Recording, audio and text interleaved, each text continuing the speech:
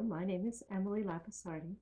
My mother and I are the proprietors of Rue de la Paix Reproductions, and I am joining you today from our new home in West Point, New York, where I recently began work as the music director at the Catholic Chapel for the United States Military Academy. I'm sorry I wasn't able to join you in person. I was very much looking forward to the event, and I hope I'll be able to attend in the future. In our exploration of fans of the 1860s, we'll talk about a number of different styles and how fans can be used in your portrayal, and as well how to store your original fans. Fans have an extremely ancient history for utilitarian purposes, for ceremonial purposes, and of course for fashion purposes. Here is an ancient Egyptian fan from the tomb of Tutankhamun. Folding fans developed in Asia originally and became popular in Europe in the 17th century. They continued to dominate fans in the 1860s, but there were some fixed fans used in the period as well. Printed designs on fans had become popular by the 19th century, but what we think of as the advertising fan had not yet been developed. However, fan manufacturing was becoming increasingly mechanized during this period, and there were a number of patents for fan-making equipment. Very large fans typically date to later portions of the 19th century, such as the very large folding ostrich feather fans of the 1890s. The principal types of fans used in the 1860s were pleated fans, brisée fans, palmette or Jenny Lind fans, cockade fans, which open to form a complete circle, and fixed fans, which do not fold. We'll discuss each type of fan in more depth as we proceed. Here are some beautiful fans from the collection of Jason Wade, including a couple of original boxes. To discuss fans, it is helpful to know a little bit about the anatomy of a fan. This is a folding fan. Many of the terms apply to other types of fans as well. The rivet is what holds everything together. Blades or sticks, the individual pieces. Guards are the end pieces. The leaf is the fabric or paper that is stretched between the blades. On a palmette fan, there are individual leaves rather than one continuous pleated leaf. On the back, you can see the ribs, the narrow part of the stick, the shoulder, where the stick becomes wider. The head is kind of a counterintuitive term. It's the very bottom of the fan. The shape of the head is often helpful in determining the date of an original fan.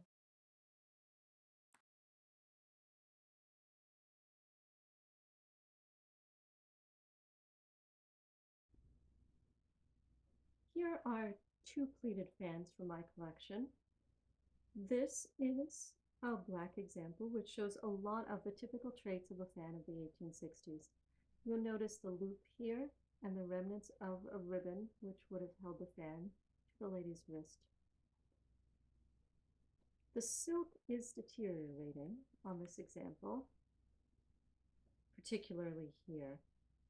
Now, not every black fan is a mourning fan. Black was a fashion color as well. However, I suspect that this one may actually have been intended as a mourning fan because of the particular designs which are carved here on the guard. They're very reminiscent of some mourning jewelry styles.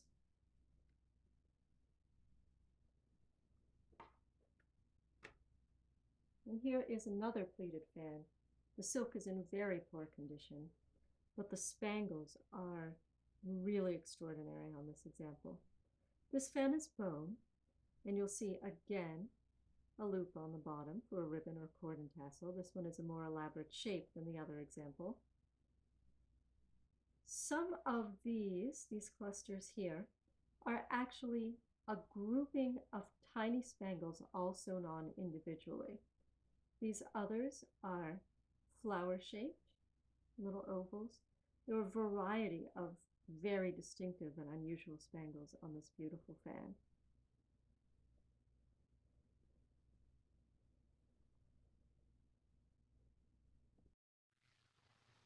Here is a gorgeous pleated fan with mother of pearl sticks from the collection of Heather Hook. This is an 1860s fan, and you can see the elaborate carving in the mother of pearl sticks. There is some damage to this fan, both in the sticks and here. These are things that could possibly be repaired, although mother of pearl is somewhat finicky and difficult to work with.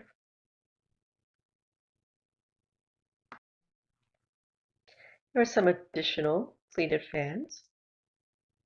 There's a black fan, similar to the black fan that I have in my collection, with similar damage here to the leaf. Looking at the figures on these leaves, you'll see that some of them are historically inspired. At first glance, you might think these are fans from an earlier period, but the shape and the size of the sticks and the guards and the style of the ornamentation tells us that these are fans from the mid-19th century. Also the shape of the head, the hardware, and this metal loop used to attach a cord and tassel, as seen here, are very typical of mid-19th century fans. You don't find them on fans that are much earlier than our period.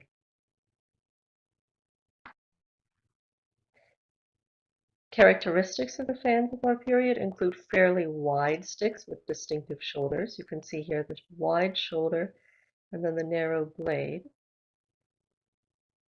The loop for the cord and tassel, as we have just discussed. The leaf may be paper or fabric. Spangles, as seen here, these are small spangles sewn into groups of 3, but there were a variety of sizes and shapes of spangles. The important thing to note about spangles is that they will be flat and not faceted like modern sequins. Fans of this period are typically about 7 to 9 inches long. And there's a great variety of pleated fans. Both of these are from the Metropolitan Museum. This one is a very utilitarian fan. And this one is a much more elaborate fan, most likely for a formal occasion. But you'll notice that there are similarities in the construction, the shape of the sticks and the guards, the proportion with a fairly narrow leaf.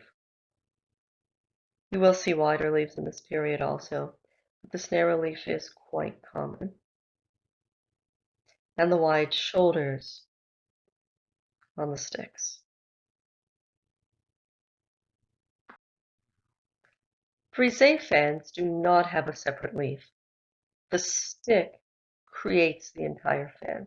They are also folding fans made from a number of materials, including wood, bone, tortoiseshell, and ivory, often with pierced designs, sometimes painted, or adorned with gold leaf.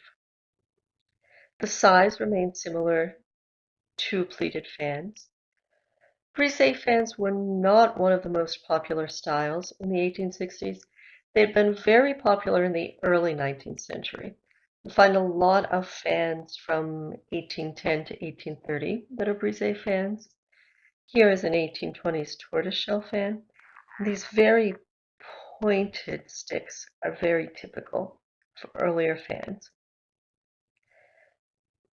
These are European Brisé fans from the 1860s. This style became more popular again following the Civil War.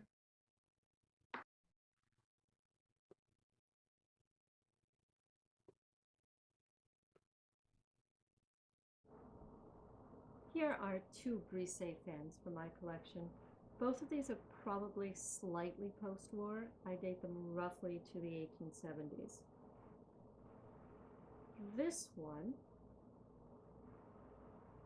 is no longer intact. The ribbon has completely disintegrated from section to section, but that would be a fairly easy fix to restore the ribbon. You'll see it has a punch design of shields.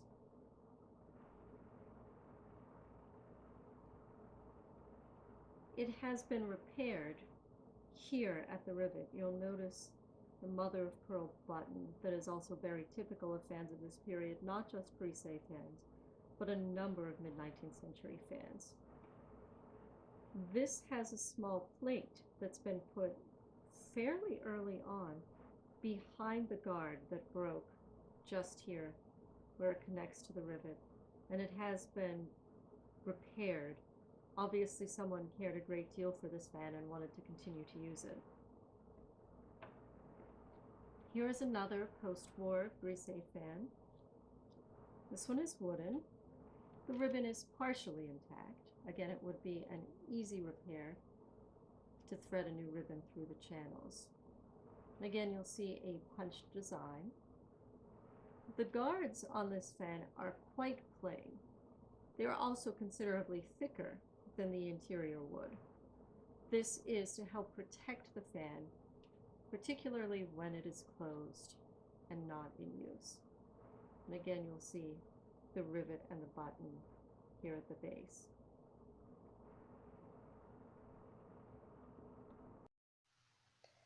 One of the most iconic fans of the 1860s is the Jenny Lind fan. This is very typical from about 1850 to 1870. Jenny Lind herself was a European opera star who toured the United States under the management of P.T. Barnum in the 1850s. There are a wide variety of Jenny Lind fans in terms of ornamentation and materials. What makes them distinctive is the individual leaf found on each stick. They are sewn together.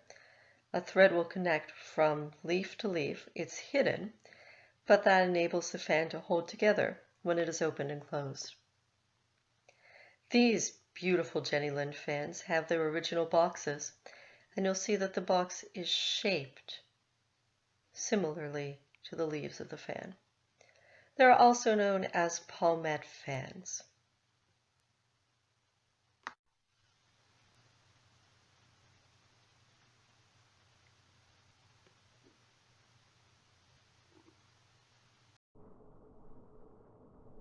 My collection contains a number of examples of the palmette or Jenny Lind style fan. This one is ivory, and it really is in very good condition for its age. You'll see that the guards and the sticks are all intact. All of the spangles are still there. Of the cord and tassel here. And you'll see one of the typical traits of the construction of a Jenny Lind fan also intact. These threads, which connect each leaf, but are hidden by the leaves themselves from the front.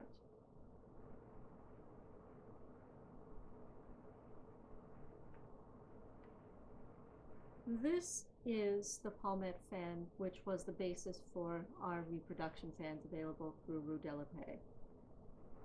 This one has quite shiny golden sticks. They are painted wood. The connecting thread in this one is almost completely gone, which enabled us to make a digital copy of the stick without completely taking the fan apart.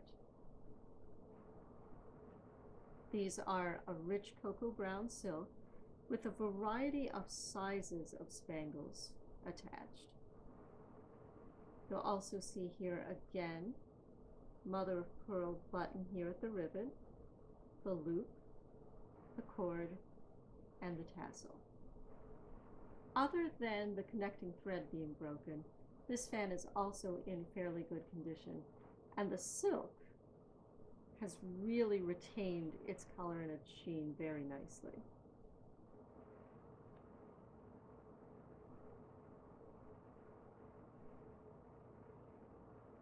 This is the first Jenny Lind fan which I obtained.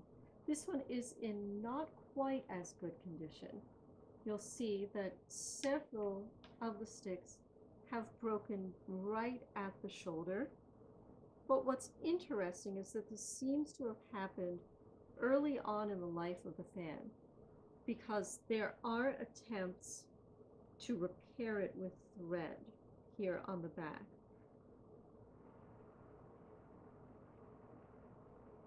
This one has starburst shaped spangles as well as the more typical round ones. There were a number of different shapes and sizes of spangles in use in this period. I believe this fan may be slightly post-war. These very large, ornate two-piece guards tend to be indicative of a slightly later date. Although you do find some in the early to mid-1860s, this fan, I believe, is probably later 1860s to early 1870s because of this characteristic and because of this. This is a hook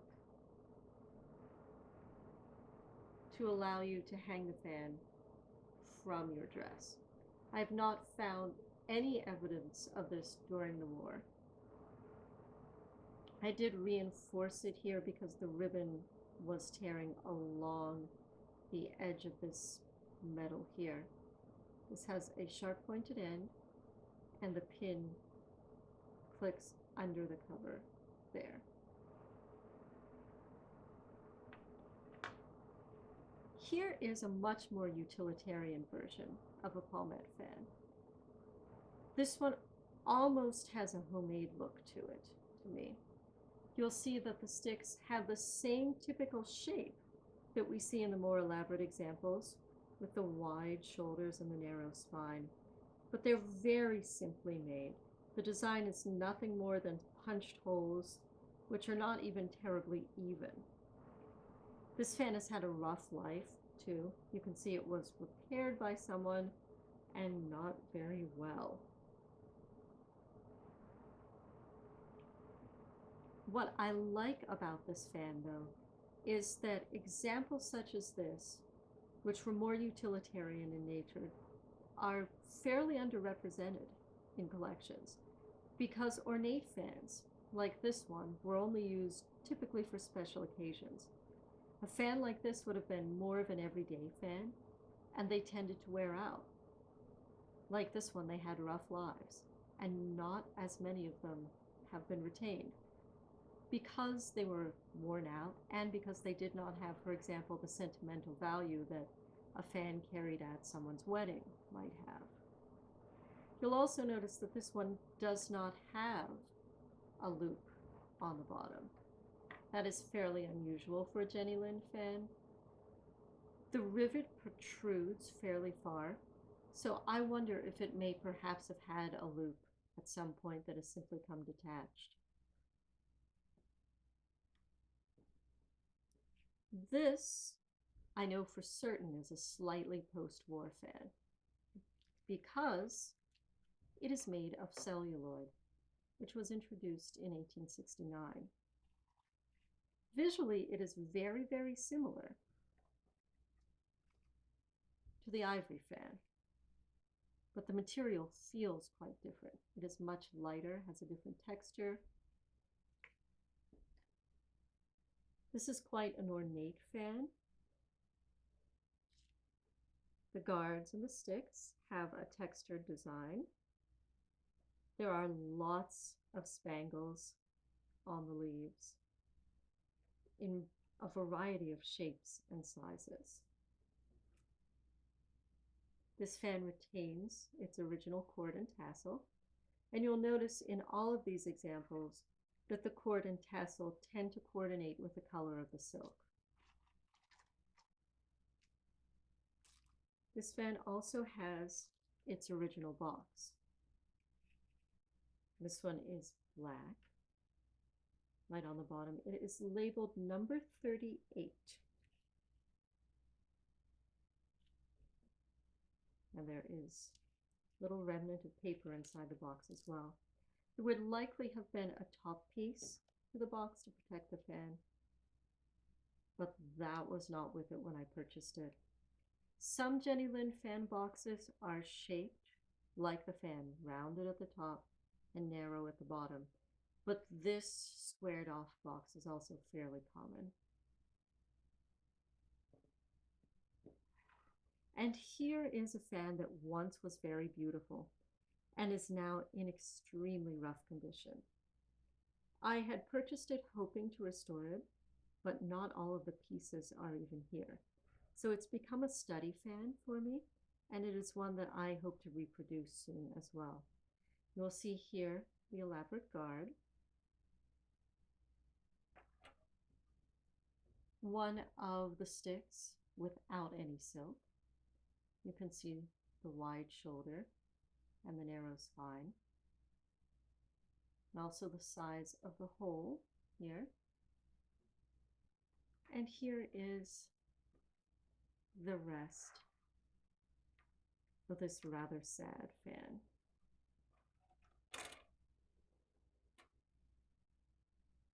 Which once had very beautiful spangles. You can see the large diamond spangle here, surrounded by smaller floral spangles. This leaf has smaller diamond-shaped spangles. The silks are very badly disintegrating. But it is not impossible to imagine what this fan would have looked like when it was in intact condition. And it would have been quite a lovely example. Here are some Jenny Lind fans with some interesting and unusual details. This one alternates leaves, two different colors. I've seen this on a number of fans. This one, the silks have been restored. This was a fan with an original frame where the silks had been deteriorating quite considerably, and a customer asked us to replace the silks. This one has a small mirror. We see this on a number of fancier fans. The idea was that you could see someone else in the room without them realizing that you were watching them. I'm not sure how terribly practical it was. This one from Jason Wade's collection has an extremely unusual long chain. I have seen a couple of CDVs of ladies with chains around their necks with fans at the end. This is quite unusual, however. This is the only fan that I am aware of that has the original chain intact. This fan from Heather Hook's collection has both spangles and these floral appliques on the leaves. This fan has rather unusual narrow sticks. They don't have the broad shoulders that we typically see. This is not unheard of for the period, but it's certainly not as common as the other shape of stick. The leaves have a painted design, which extends from leaf to leaf, rather than, as we see here, an individual design contained on each leaf. These leaves are heavily ornamented with metallic paint, and the shape is also quite unusual. In the study of my original fans and some fans from other collectors, I have found a large percentage of them have exactly the same shaped leaf, even when the sticks vary widely. This suggests that there was a very popular machine used for cutting leaves. I know there were some patents for fan making equipment in this period. Other styles of leaf are found, such as this example, but that one shape, which you can see both here and here, recurs on many, many fans. This one has a very beautiful matching tassel, which is quite large and ornate. Here are two unusual palmette fans. These date towards the end of the Civil War period, or possibly slightly afterwards, and they're both from the collection of Gary Myron. This one is French. It has the narrow sticks without the shoulders that we had seen in the other example. It is paper rather than silk, and each of the leaves is tipped with feathers. There are a number of Jenny Lind fans in this period that have this characteristic. This one The leaves are made out of mica. They are quite transparent. They have a painted design, and again we see the attached mirror, which has since tarnished here on the guard. This one may date to the latter half of the 1860s or perhaps 1870. Kay Cogswell has an extensive collection of Jenny Lind style fans, including the examples shown here. The unusual contrasting color tips are very distinctive and quite beautiful. She also has two fans with embossed paper leaves. You can see the one that is above is quite shiny and metallic, while the one below is dark and may possibly be a morning fan, although as we've mentioned, not every black fan is a morning fan. This is another lovely example, the center bottom fan in cream, very ornate, with lots of spangles and a beautiful pattern and feather tips. And here are some original boxes for fans of the period, including the distinctive shaped box that one often sees with Jenny Lind fans. And these are beautifully ornamented. This fan box from Jason Wade's collection, which is also a fairly common shape, I have one like this, has a notation inside about the woman who owned the fan originally. And here are some Jenny Lind fans which belong to some well-known ladies. This fan was given to Queen Victoria for her birthday in 1858. These two were owned by Mrs. Lincoln. This one you can see is quite an ornate black fan. Not all black fans are morning fans. Given what we know about Mrs. Lincoln, this one very likely was carried as a morning fan, but it is quite opulent, and certainly not the austere look that one expects for a morning fan. You can see here that Mrs. Lincoln has a Jenny Lind fan in her hands.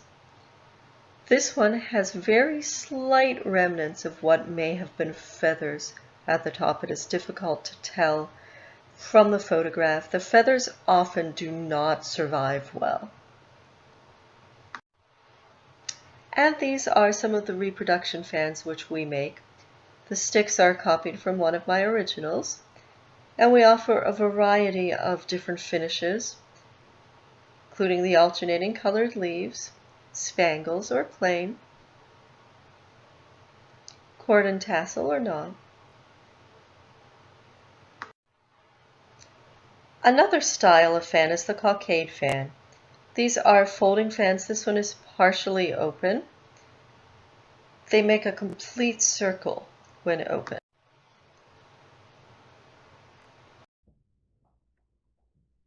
I also have two cockade fans in my collection. They are very similar to each other. The only difference is one is slightly longer, as you'll see, and the colors are different. This one has a deep brownish red leather, and the leaf is wine colored.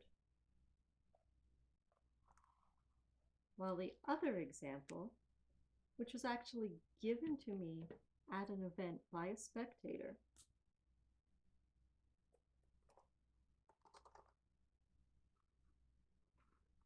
is black with a printed gold lace design. This fan had been in their family. They met me at the event, ran home, got the fan, brought it back, and gave it to me. The leaf is a little bit floppy, as you will see, but it's still a very pretty example of a cockade fan, and one that I particularly treasure because of the way it came into my collection. Here are some unusual cockade fans. This one is made of straw. The Met Museum dates it to between 1860 and 79. Studying fans, you start to develop an eye for characteristics in them. To me, this looks slightly post-war, but that is just an educated guess based on fans that I have seen. The straw material is highly unusual. There were Jenny Lind style cockade fans. Here are two examples, one from the 1850s and one that is probably 1860s. They have the individual leaves, as Jenny Lind fans typically do, but they open to form a full circle. You can see here there are two longer sticks. These would be the guards in this style fan, which come together at the bottom to make a handle. Here's another fan in a similar style. There are fewer leaves on this one, however, and this one is made from vulcanized rubber.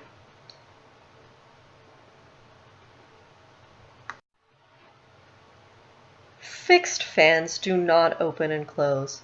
They are merely materials mounted upon a stick, as seen here. Palmetto fans were in use in the South.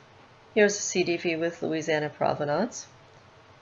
Other materials seen in these fans include feathers, which one does not typically see in folding fans other than as a trim during this period, and fabrics. They came in a variety of shapes, and it's very easy to confuse fixed fans and fire screens in this period. They're similar sizes, similar shapes. Fire screens were more of a home decor item by this point. They were ornaments that you would keep on your mantle, not terribly practical for use. This fixed fan is from a museum. The donor indicated that it had been carried to Lincoln's second inaugural ball, and it includes its original box. Fixed fans tended to be more popular 64 to 65, as I have seen in my research, the formal ones like this. The palmetto fans were in use earlier.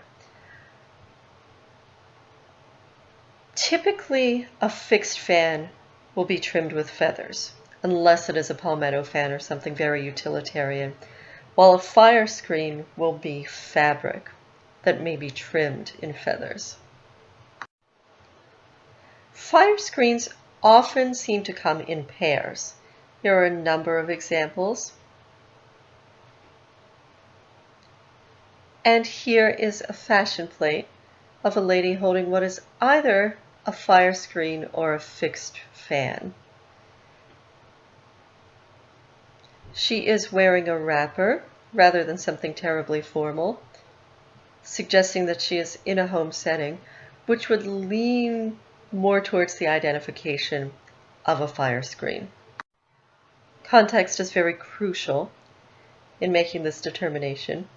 Here you'll see two of them on the mantelpieces in these homes, in these paintings, which strongly suggests that they are fire screens rather than fans.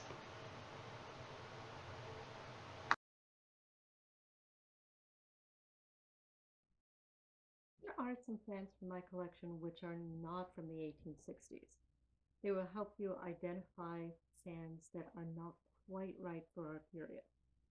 One of the real giveaways is size. Look how large this fan is, particularly compared to a period fan.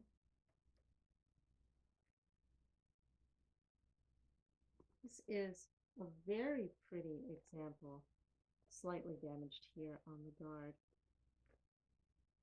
with a heavy silk satin, but it's huge. This is very likely 1890s.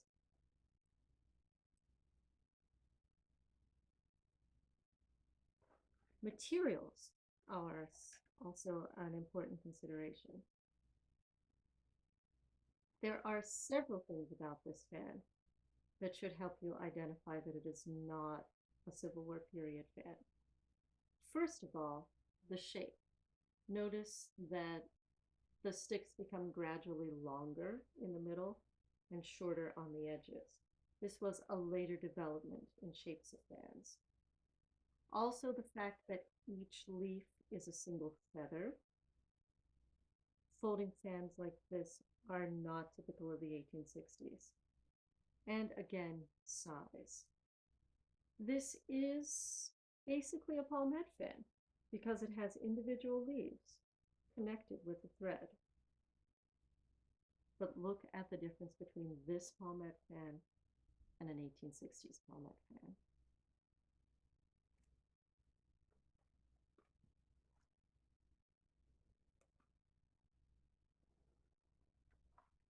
Here is a folding fan, which looks at first glance to be much more similar to some of the examples we've seen from the 1860s. So why is this one not period? First of all, look at the size compared to the period fan.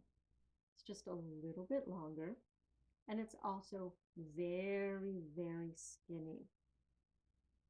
You'll see the shape of the guards and the shape of the leaves are quite different when we look at the two fans side by side.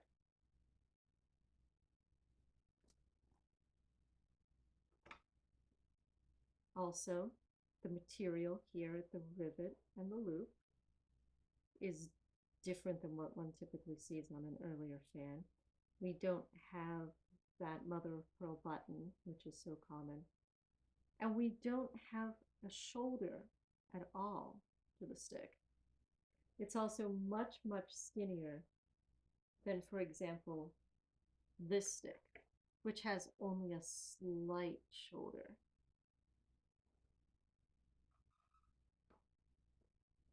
This is therefore a slightly later folding fan. Finally, here is one of my favorite non-1860s fans from my collection. It's a very clever little gadget. Folds in half, and then the fan opens this way.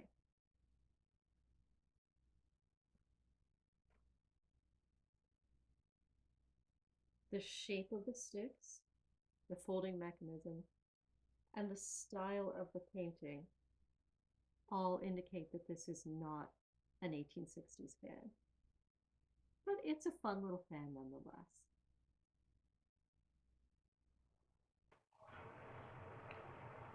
In determining when to carry a fan for your portrayal and what style of fan is suitable, one of the most useful things is to look at fans in context. For example, in paintings and portraits, these ladies are at the theater. You can see that two of them are holding fans, pleated fans. Fans were often an accessory seen with formal dress. At a ball, of course, they served a very practical purpose. If you had been dancing and were rather warm, you could cool off with your fan. But we often see ladies in CDVs who are not dressed particularly formally, who are also carrying fans. This lady's clothing is elegant but not opulent, and her fan is fairly utilitarian.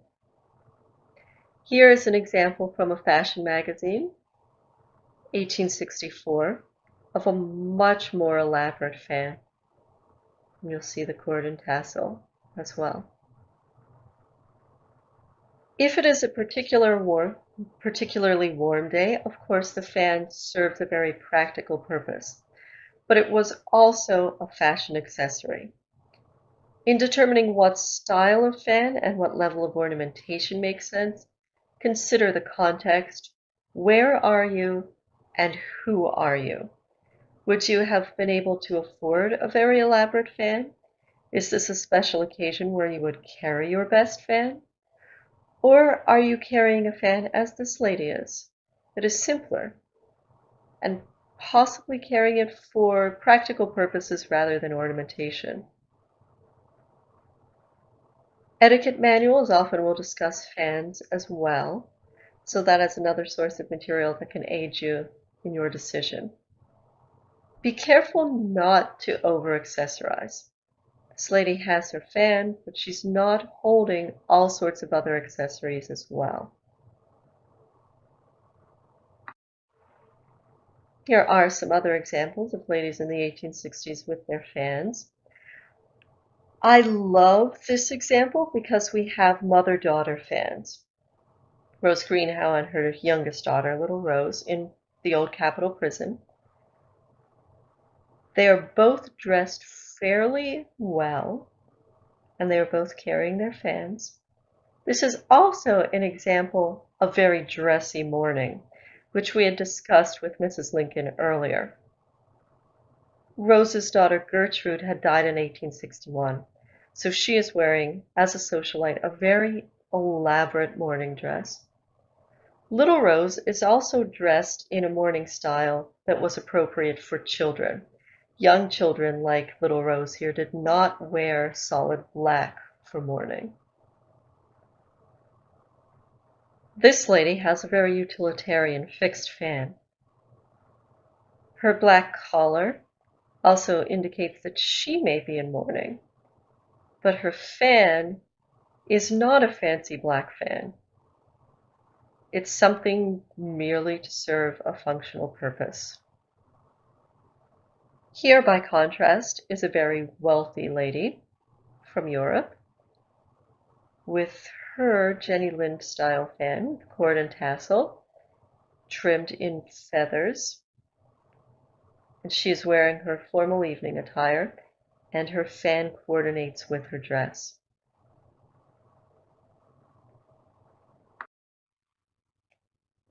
Here are some other examples of fans in context. A Romanian portrait with a young lady wearing a fan with a chain, similar to the one that we saw from Jason Wade's collection. You can see the chain extends from around her neck all the way down to the fan here. And it appears to be fastened at her waist here with some sort of brooch or clasp. In The Empty Purse by James Collinson, we see what may be two fans. There's one here, which appears to be a cockade fan. It looks like it's pleated, although it could be some sort of fixed fan, half hidden behind these flowers. Here on the wall is an article which at first looks something like a feather duster, with a combination of two different colors of feathers and the elaborate turning of the stick make me think that it could possibly also be some sort of fixed fan. Here is an example of a fire screen design, which is found in a period fashion magazine.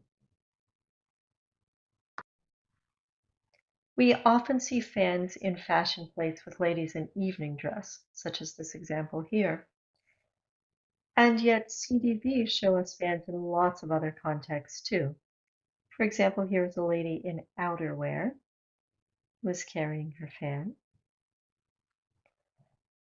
And this young lady is carrying a very ornate Jenny Lind fan, which seems to have two different colors of leaves, and it's trimmed in feathers. However, this big band of dark pleating on her dress suggests that this may be mourning attire.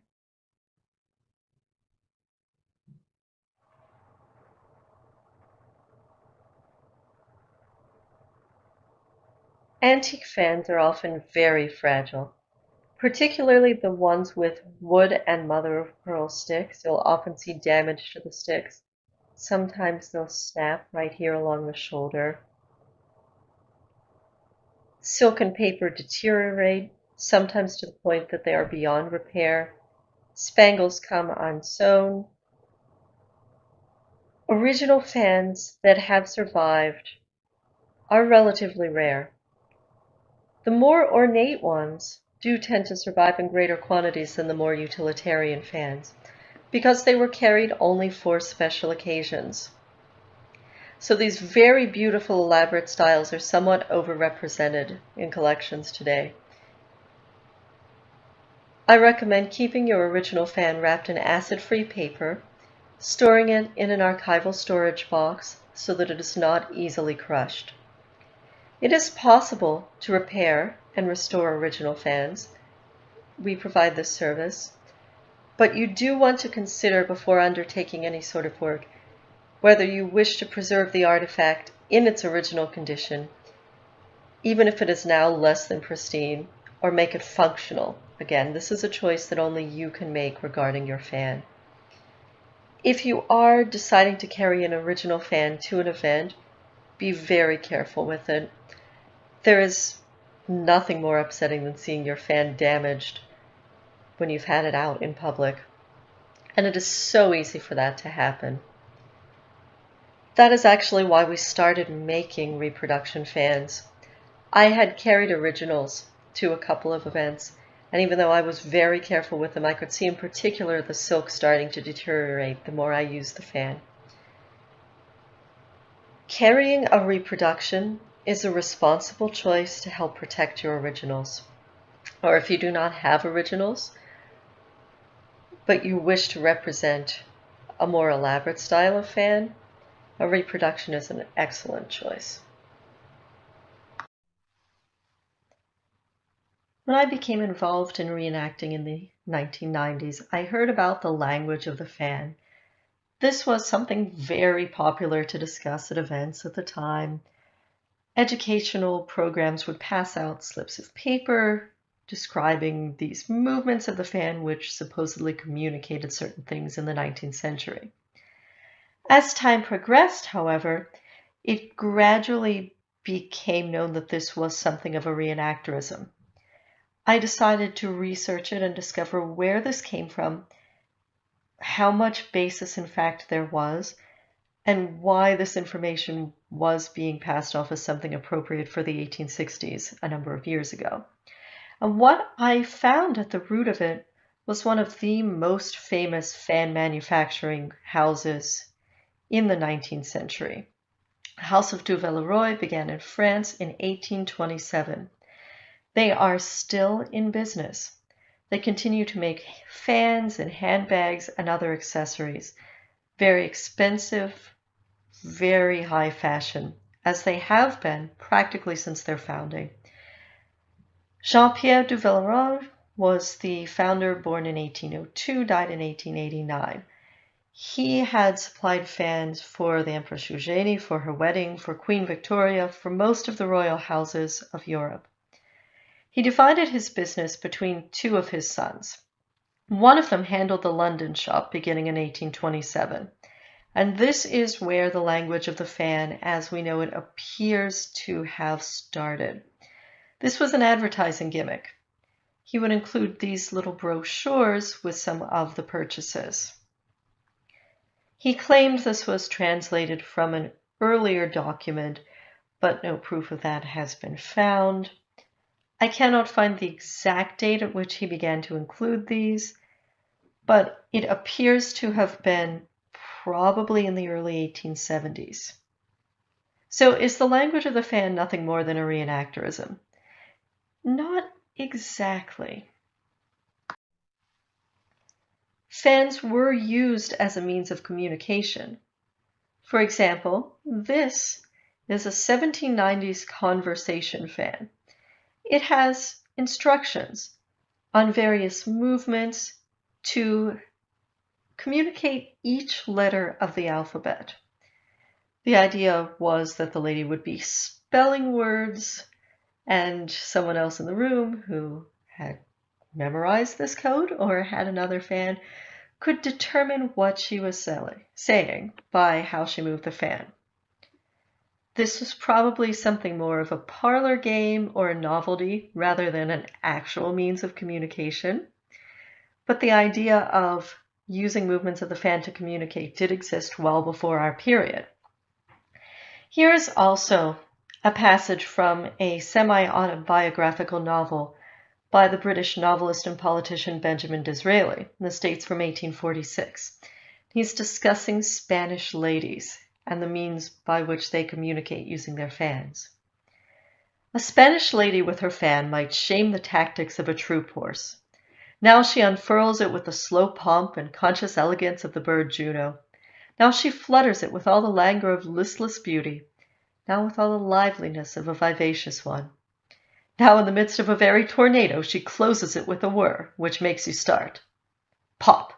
In the midst of your confusion, Dolores taps you on the elbow. You turn round to listen, and Catalina pokes you in your side. Magical instrument. In this land it speaks a particular language, and gallantry requires no other mode to express its most subtle conceits or its most unreasonable demands than this delicate machine.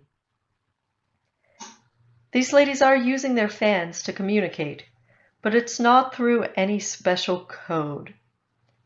In fact, Disraeli is somewhat puzzled by the way they are treating him.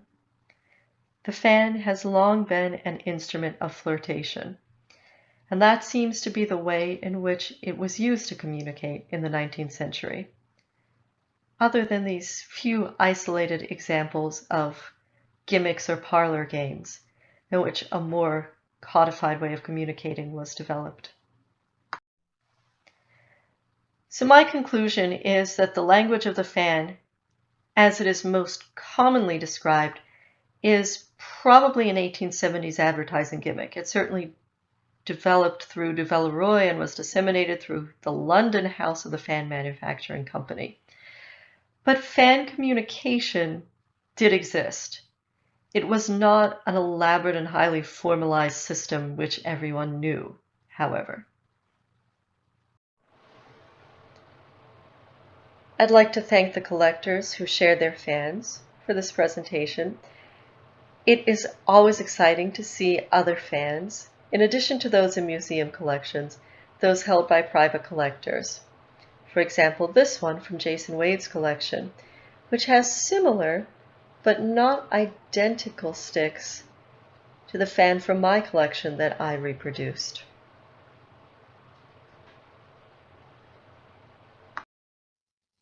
Thank you for attending this presentation. I hope you have found it both interesting and informative. If you'd like to chat some more about fans, or if you have original fans that you'd like to share photographs of, if you perhaps have questions about them or just something really exciting that I might like to see, please feel free to contact me by email or by finding Rue de la Paix Reproductions on Facebook or Etsy. Thank you.